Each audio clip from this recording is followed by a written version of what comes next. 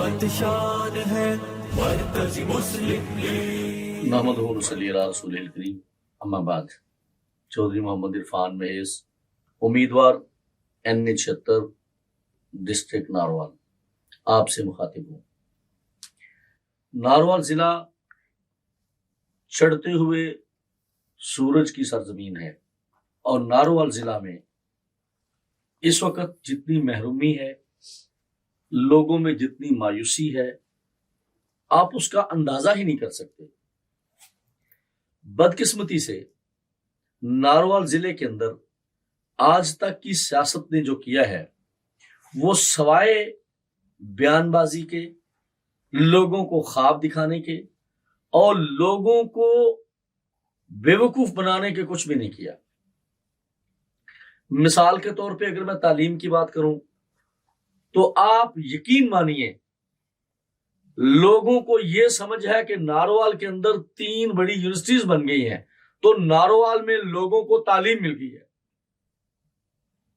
جبکہ ایسا نہیں ہے۔ ناروال وہ بدقسمت ضلع ہے جہاں تعلیم کا پورے ملک میں سب سے زیادہ استحصال ہوا ہے۔ شاید سندھ کی وہ گوٹھ جو اندرون سندھ میں جس کے اوپر لوگ اونٹ پہ بیٹھ کے جاتے ہیں، ناروال کا اس سے زیادہ برا حال نہیں ہے۔ جیسا حال اس سندھ کی گوٹھ کا ویسا ہی ناروال کا ہے۔ مثال کے طور پہ لوگوں کو جو سکول ہے ہمارے دیہات میں، ایک ایک گاؤں میں پرائمری، مڈل اور ہائی سکول جو ہے، ان کی حالت یہ ہے کہ کوئی بندہ بھی وہاں اپنے بچے نہیں پڑھانا چاہتا۔ نصاب کی کمزوریاں تو ہیں سو ہیں، وہاں کا انفراسٹرکچر، وہاں کا تعلیم کا معیار اس قدر زیرو ہے، اور اساتذہ ہر سکول، ہر ہائی سکول کے اندر اساتذہ کی کمی ہے، ہر مڈل سکول کے اندر اساتذہ کی کمی ہے۔ سکول دی پنجاب ایجوکیشن فاؤنڈیشن کو، کیئر کو اور دا سٹیزن فاؤنڈیشن کو ٹھیکے پہ دیے ہوئے ہیں ہم نے۔ فی بچہ ہم پیسہ لیتے ہیں NGO سے، لیکن وہاں پیسے کمانے کے علاوہ، پیسے لینے کے علاوہ اور کوئی دوسرا کام نہیں ہے۔ آج سے کچھ سال پہلے انہی سکولوں کی مینٹیننس اور فرنیچر کی مینٹیننس کی جو ہے وہ مد میں کروڑوں روپیہ کا فراڈ یہاں ایک ہمارے ڈسٹرکٹ ناروال کے اینٹی کرپشن کے ہیڈ تھے، انہوں نے پکڑا، اور اس کو تمغے کے طور پہ ٹرانسفر ملی، اور جن لوگوں نے کروڑوں روپیہ فراڈ کیا سکول کے ان سارے بجٹس کی شکل میں، وہ سارے کے سارے بڑے بڑے سیاستدان ہیں۔ انہیں انعام کے طور پہ منسٹری ملی۔ دوسری طرف اگر ہم صحت پر بات کریں تو صحت میں ہماری حالت یہ ہے کہ Narowal district headquarter hospital کے اندر کوئی کارڈیالوجسٹ نہیں ہے، یورالوجسٹ نہیں ہے، اور وہاں پر صرف ایک کام کیا جاتا ہے، refer to Lahore, refer to Lahore, اور ریفر ٹو لاہور کے لیے ایمبولینسز ناکافی ہیں۔ کسی BHU میں اس قدر وہاں فرسٹ ایڈ نہیں ہے کہ وہ اپنے قریب کے پوری یونین کونسل کے 20-25 دیہات کو کافی ہو سکے۔ جس قدر دور ہے بندہ، اسے ناروال DHQ میں ہی پہنچنا ہے۔ گویا کہ نہ تعلیم ہے نہ صحت ہے۔ اگر میں رولنگ پارٹی میں ہوں، میں اقتدار میں ہوں، تو پھر کوئی غریب میرے پرچوں سے نہیں بچ سکتا۔ سیاسی پرچوں کی میں بات نہیں کرتا، نیچے دیہات میں ہر طاقتور آدمی جو بھی برسر اقتدار پارٹی کے ساتھ ہے، اب تھانہ اس کے قبضے میں ہے، اور غریب کا استحصال جو ہو رہا ہے، آپ اس کا اندازہ نہیں کر سکتے۔ ناروال بنیادی طور پہ زرعی ضلع ہے، اور ناروال کی زراعت میں جو ناروال کا حال ہے وہ پورے ناروال کے لوگ جانتے ہیں۔ ناروال پانیوں کی سرزمین ہے۔ میں سمجھتا ہوں کہ پورے ملک میں کوئی ضلع ایسا نہیں ہے کہ جہاں پانی کی مقدار اور جہاں پانیوں کی جو ہے وہ نالے جو ہیں ان کی تعداد ناروال سے زیادہ ہو. مثال کے طور پہ نالا ڈیک ناروال میں ہے, بئی ناروال میں ہے, بسنتر ناروال میں ہے, راوی ناروال میں ہے. اس کے علاوہ چھوٹے چھوٹے جموں سے آنے والے وہ چھوٹے چھوٹے ندی نالے وہ ان سے الگ ہیں, جو درجنوں کی تعداد میں ہیں.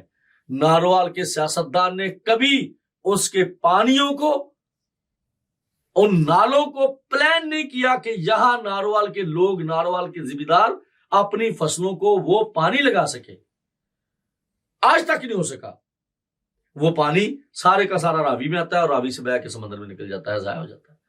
اور ناروال کی تحصیل شکرگڑھ اور ظفر اور باران ہے. ناروال کے اندر کوئی غلہ منڈی سرکاری نہیں ہے.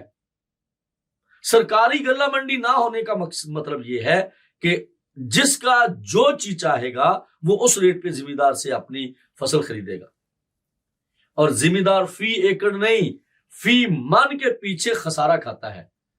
ناروال کے اندر کوئی مویشی منڈی نہیں ہے جہاں کوئی ذمہ دار اپنا جانور بیچ سکے آ کے, کوئی مویشی منڈی نہیں ہے. ناروال ضلع کے اندر کوئی انڈسٹری نہیں ہے. ناروال میں کیا ہے؟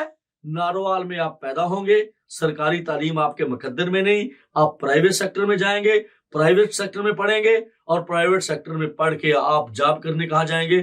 آپ کے لیے کوئی جاب نہیں ہے ناروال میں. آپ کا بچہ یا تو باہر کے ملک میں جا کے مزدوری کرے گا یا باہر کے اضلاع میں جا کے کرے گا. ایک بھی انڈسٹری ناروال میں پلان نہیں کی گئی.